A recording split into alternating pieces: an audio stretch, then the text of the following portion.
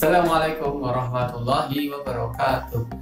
Kembali lagi bersama saya Muhammad Irfan di Irfan Media, YouTube channel yang berisikan video, tutorial, dan juga seputar artikel ilmiah. Jangan lupa like, subscribe, dan komen di channel YouTube saya. Jangan lupa ya.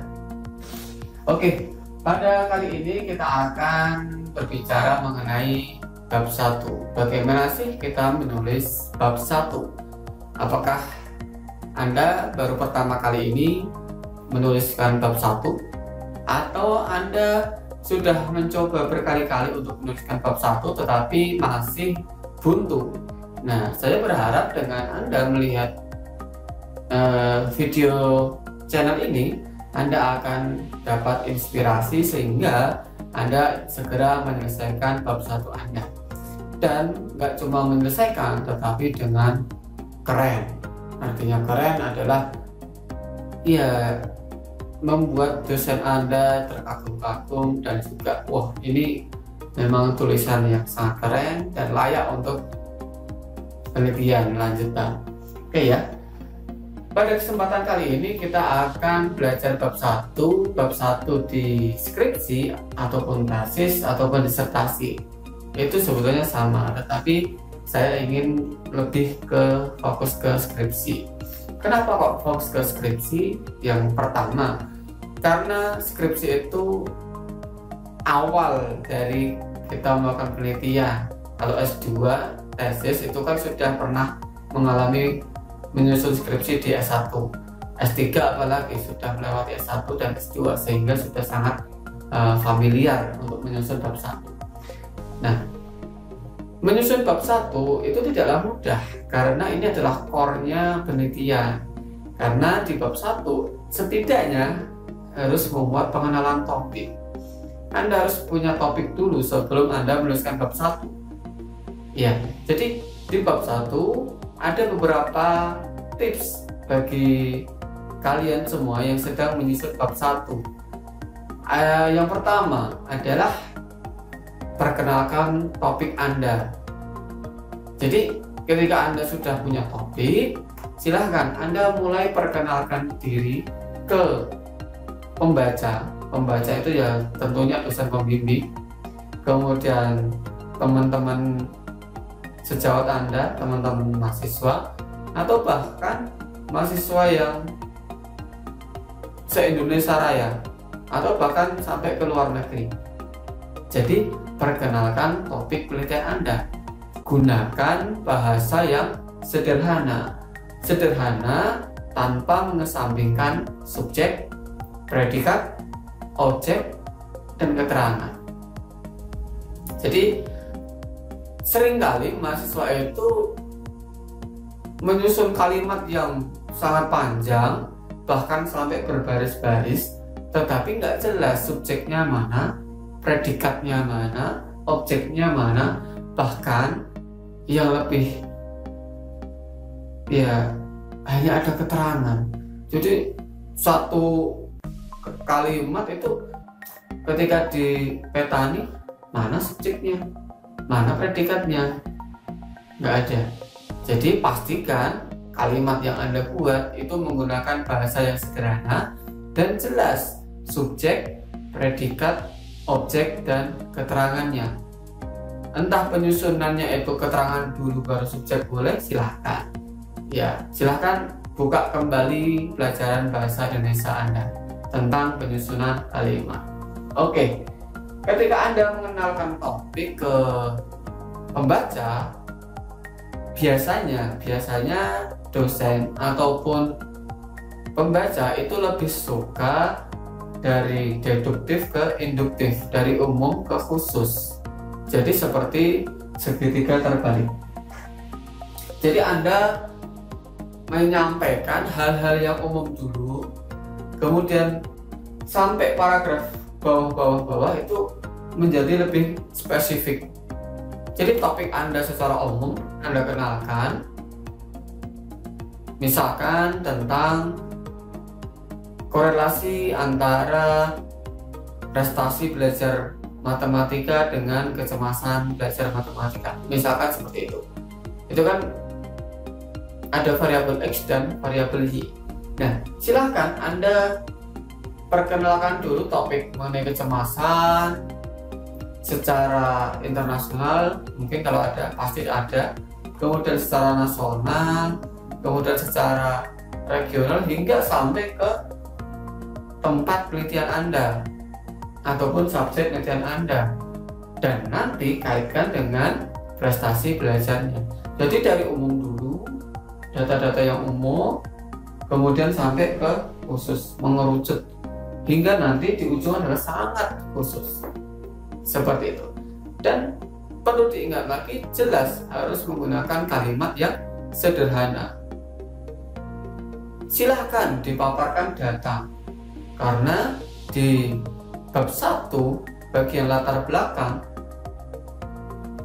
ketika data itu bisa berbicara banyak, dosen pembimbing Anda tidak setuju, bisa berubah menjadi setuju karena ada data yang ada di lapangan, dari jurnal mungkin, dari sumber data terpercaya misalkan seperti BPS ataupun data penelitian Anda, penelitian pendahuluan tentunya ya. Kemudian selanjutnya adalah ketika Anda mulai memperkenalkan topik penelitian, tentu Anda sekalian untuk meng-up pentingnya penelitian. Kenapa sih penelitian tentang kecemasan ini harus diteliti? Kenapa sih penting? Apa hubungannya dengan prestasi belajar? Pentingnya apa sih antara kecemasan dengan prestasi belajar? Kenapa kok harus kecemasan? Kok nggak yang lain? Padahal prestasi belajar itu banyak faktor yang mempengaruhi, nggak cuma kecemasan. Kenapa Anda memilih kecemasan? Sampaikan itu, disertai dengan, nah yang ketiga itu adalah sitasi. Jadi Anda nggak cuma berbicara sesuai dengan pendapat Anda, tetapi Anda harus punya pendukung. Pilkada saja itu harus ada pendukungnya, nggak cuma maju aku nyalon bupati, enggak, harus ada berapa KTP pendukungnya. Nah, Anda juga sama. Anda ketika menyampaikan topik penelitian, mendeskripsikan data dan sebagainya, termasuk pentingnya penelitian, Anda harus ada rujukannya, ada sitasinya. Dan nggak sembarangan sitasi ini. Pastikan Anda memilih artikel dari jurnal yang berkualitas, baik nasional maupun internasional. Dan nggak semua jurnal internasional itu baik. Kalau jurnal internasional, silahkan lihat impact faktornya dari jurnal tersebut. Kalau lebih dari 0,5 itu ya sudah baik untuk di skripsi. Apalagi sampai 1, ataupun 2, itu sangat baik.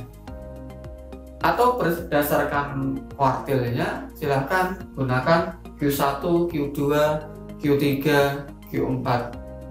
Tetapi lebih baik kalau menggunakan Q1 dan Q2.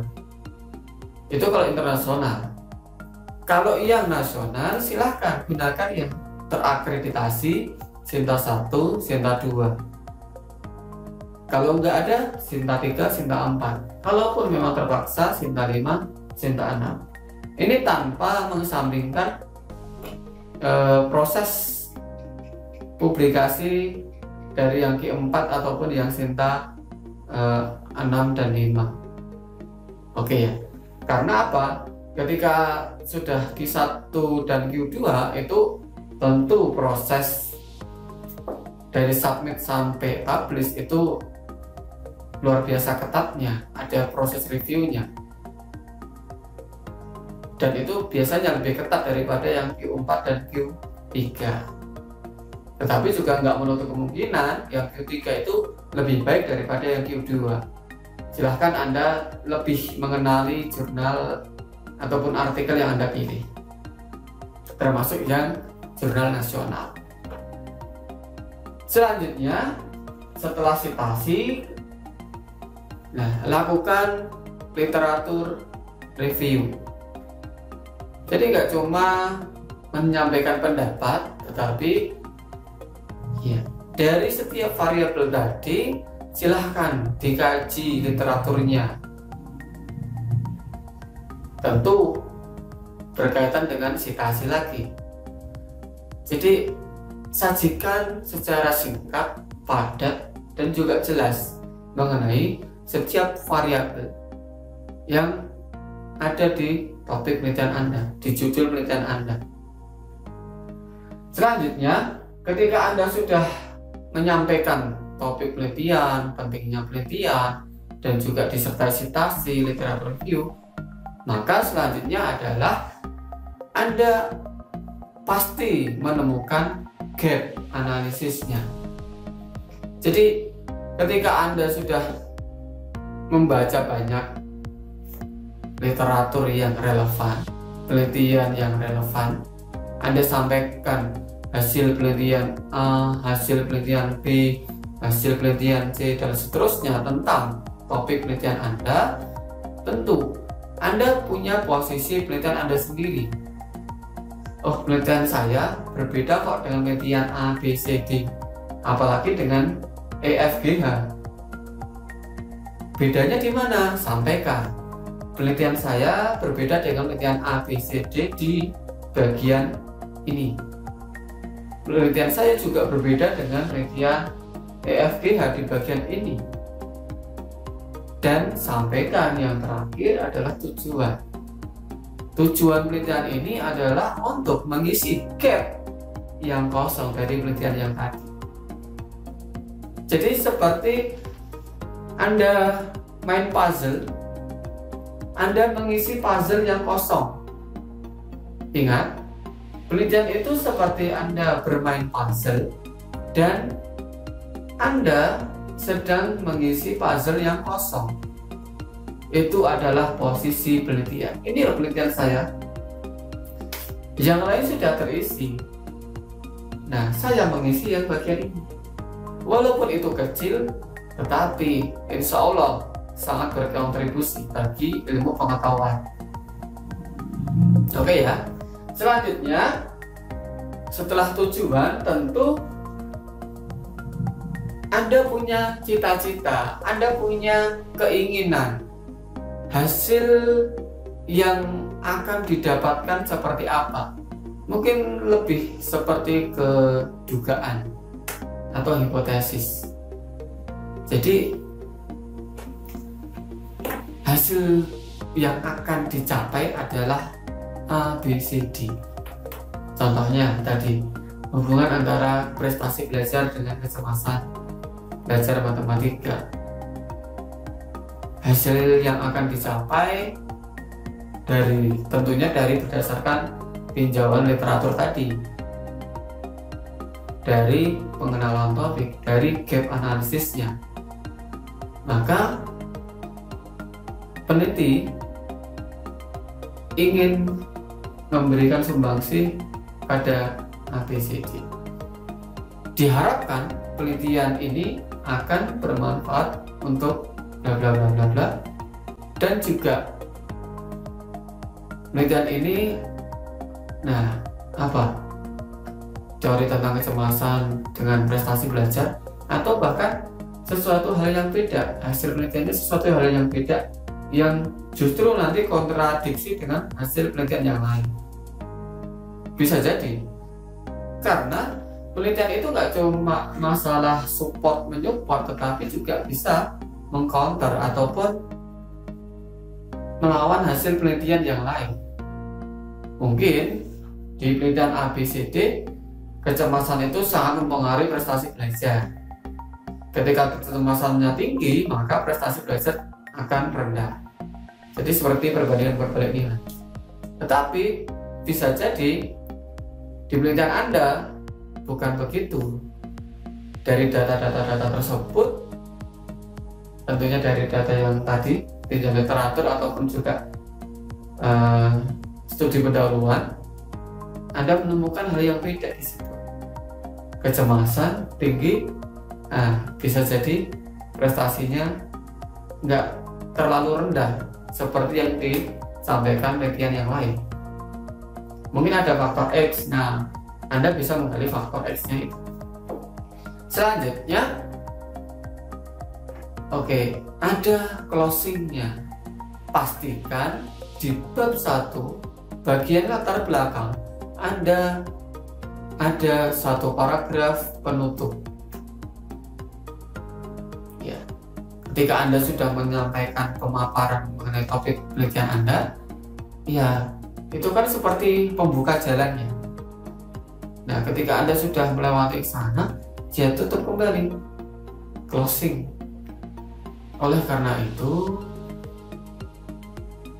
berdasarkan paparan di atas ataupun sebelumnya dan sebagainya, ya tentu ada banyak sekali teknik closing paragraf, silahkan dipelajari. Nah, ketika bab 1 setelah closing tadi, bab 1 itu kita tahan dulu setelah nanti penelitian. Jadi bab 1 itu kita harus menyesuaikan nanti. Itu ya tadi yang proposal ya, sampai closing itu proposal penelitian di latar belakang masalah. Itu di latar belakang masalah. Padahal di bab 1 itu nggak cuma latar belakang masalah, ada beberapa lagi. Setelah latar belakang masalah, tentu ada identifikasi masalah. Apa sih identifikasi masalah?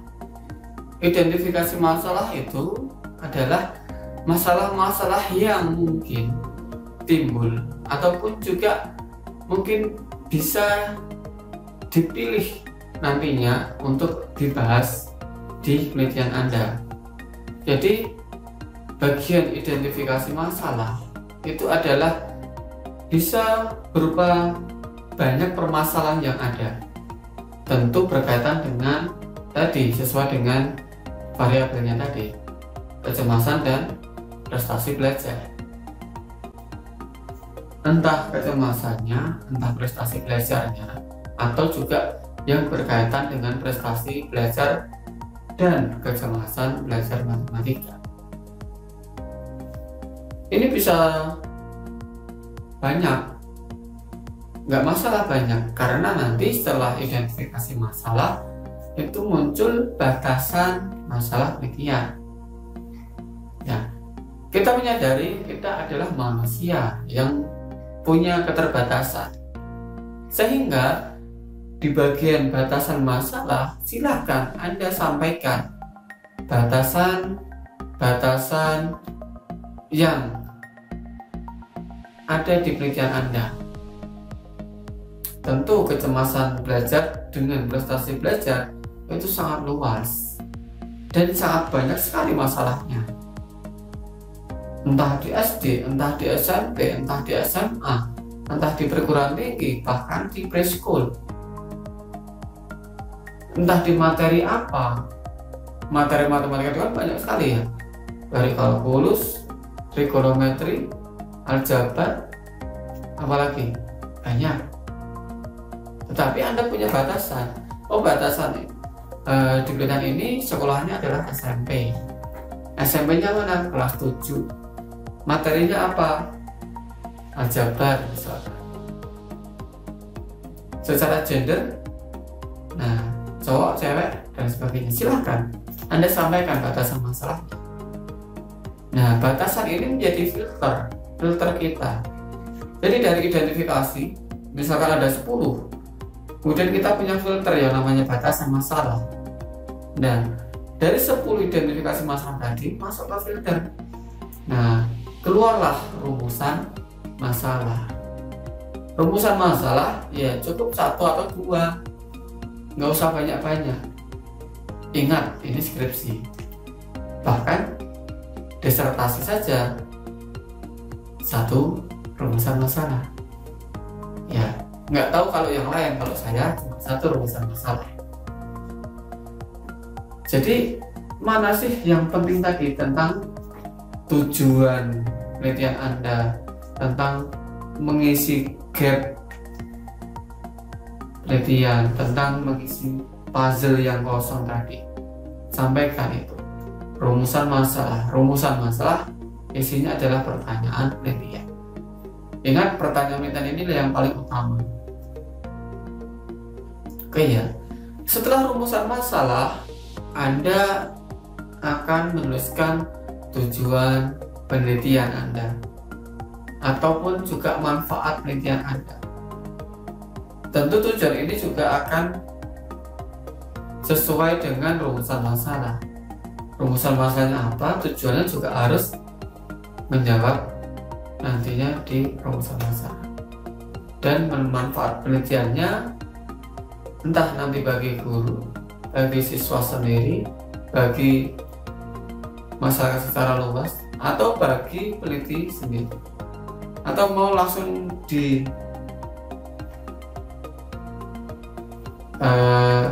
secara utuh, nggak per subjek, itu silahkan. Itu tergantung universitas Anda.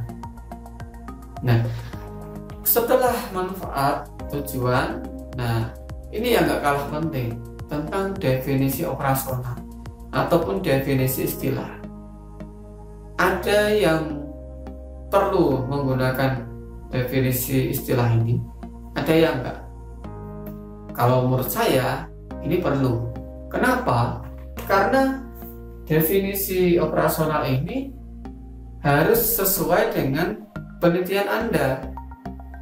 Misalkan penelitian saya mengenai kecemasan belajar matematika. Nah, harus kita mendefinisikan apa itu kecemasan, apa itu kecemasan belajar, apa itu kecemasan belajar matematika, yang sesuai dengan penelitian kita, penelitian saya. Tentu banyak definisi yang ada di luar sana, di artikel. Banyak ahli yang mendefinisikan kecemasan belajar matematika. Tetapi di penelitian ini definisinya apa? Kecemasan belajar matematika itu yang seperti apa?